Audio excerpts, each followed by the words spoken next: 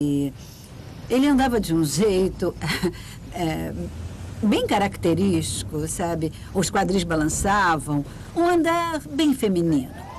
Um dia ele estava indo para a escola e foi atacado por 3 colegas de classe e foi jogado de uma ponte e acabou morrendo.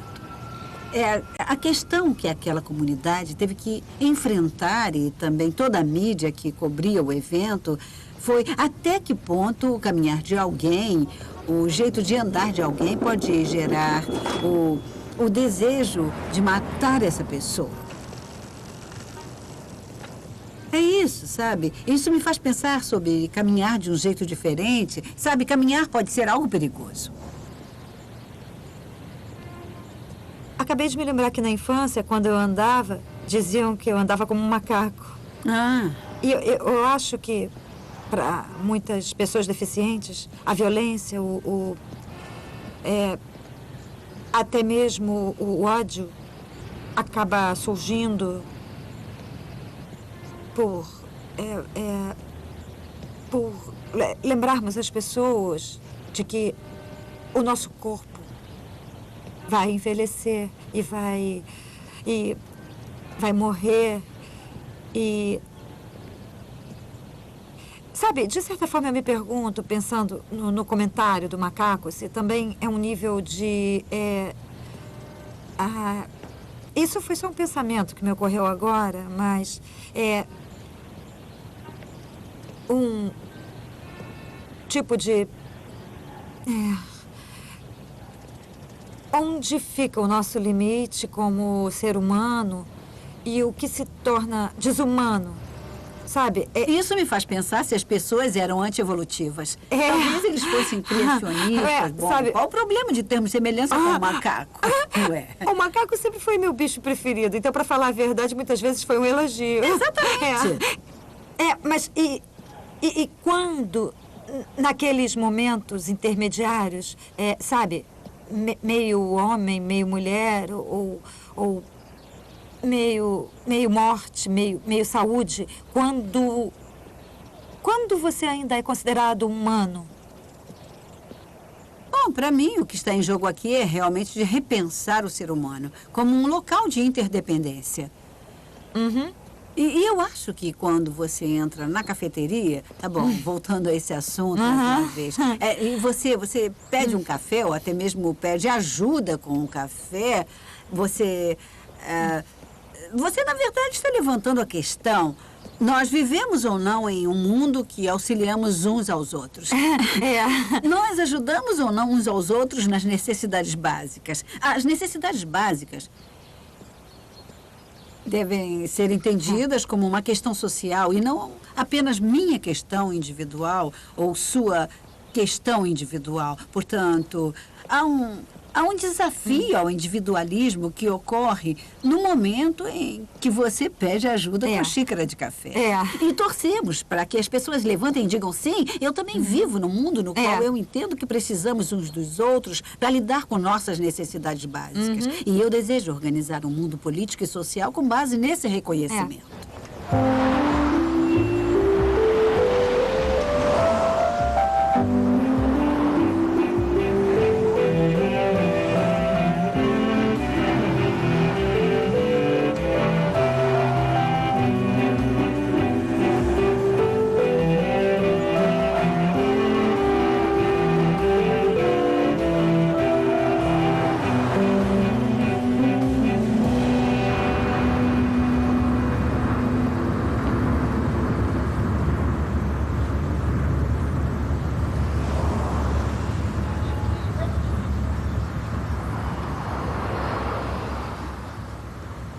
O romantismo saturou completamente o discurso dos pensadores modernos. Você pode totalizar, pode tornar as coisas inteiras, pode criar a harmonia e, se não puder, a decepção. A decepção está sempre no centro, o fracasso está sempre no centro. Mas de onde vem o romantismo? Por que partir do romantismo? Eu não parto do romantismo. Você se lembra do que Beethoven disse no leito de morte? Ele disse, eu aprendi a olhar para o mundo com toda a sua escuridão e malignidade e ainda assim amá-lo.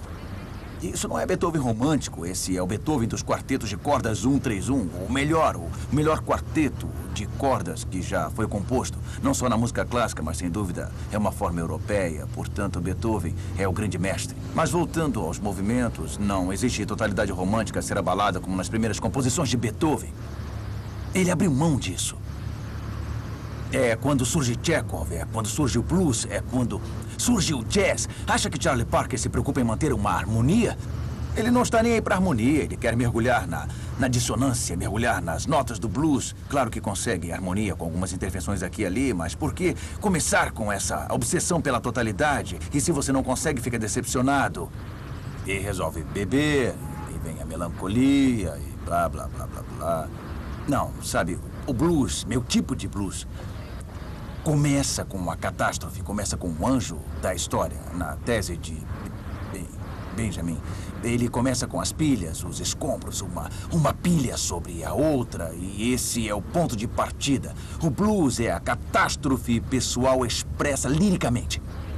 E os negros americanos, e no mundo moderno, graças a esses cruéis legados da supremacia branca, ele é como gerar uma elegância de auto-unidade merecida. Então você fica restrito a isso em face do catastrófico, do calamitoso, do horrível, do escandaloso e do monstruoso.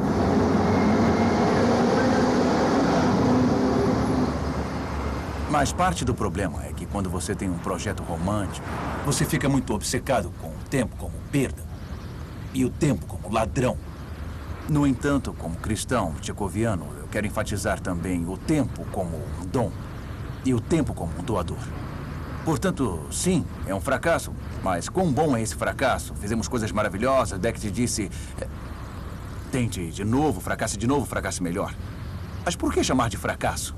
Por que não dizer que você tem um sentimento de gratidão, que é capaz de fazer tanto quanto fez, você é capaz de amar tanto quanto, pensar tanto quanto, brincar tanto quanto? Por que achar que precisa da totalidade? Entende? Isso também é perturbador na América, e é claro que hoje a América é um projeto romântico, uma cidade paradisíaca numa colina e todo esse monte de mentiras, mas eu acho que não. A América é um experimento democrático muito frágil, baseado na desapropriação das terras dos povos indígenas, na escravidão dos africanos, na submissão das mulheres, a marginalização dos gays e lésbicas. Tem grande potencial. Mas esta ideia de que, de alguma forma, temos tudo ou teremos tudo precisa acabar, é preciso deixar de lado. Deveríamos deixar isso de lado e aí tenderia-se a abandonar a linguagem da decepção e a linguagem do fracasso. E você diz, tá, quanto já fizemos? De que forma temos conseguido? Podemos fazer mais? Bem, em certas situações não dá. É como tentar dançar break aos 75 anos, você não consegue mais. Você é um expert aos 16 e acabou. Você não faz amor aos 80 anos como quando tinha 20, sabe? O tempo é real.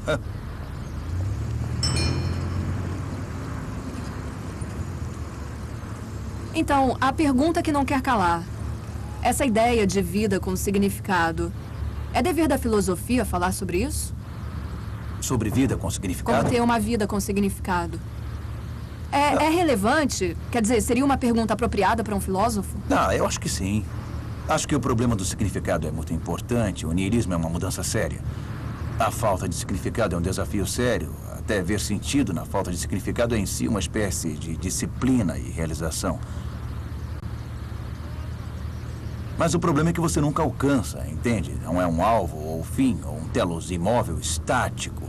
É um processo que nunca se alcança. É sisyfiano. Sabe, você sobe o monte em busca de melhores significados, ou significados melhores, maiores, mais possibilitadores. Mas você nunca alcança isso.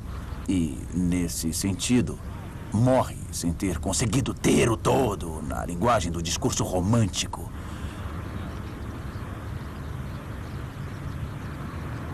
Eu vou ficar aqui na esquina, tá bom? Muito obrigado, pessoal. Muito obrigado. Obrigado. Se cuidem. Tchau.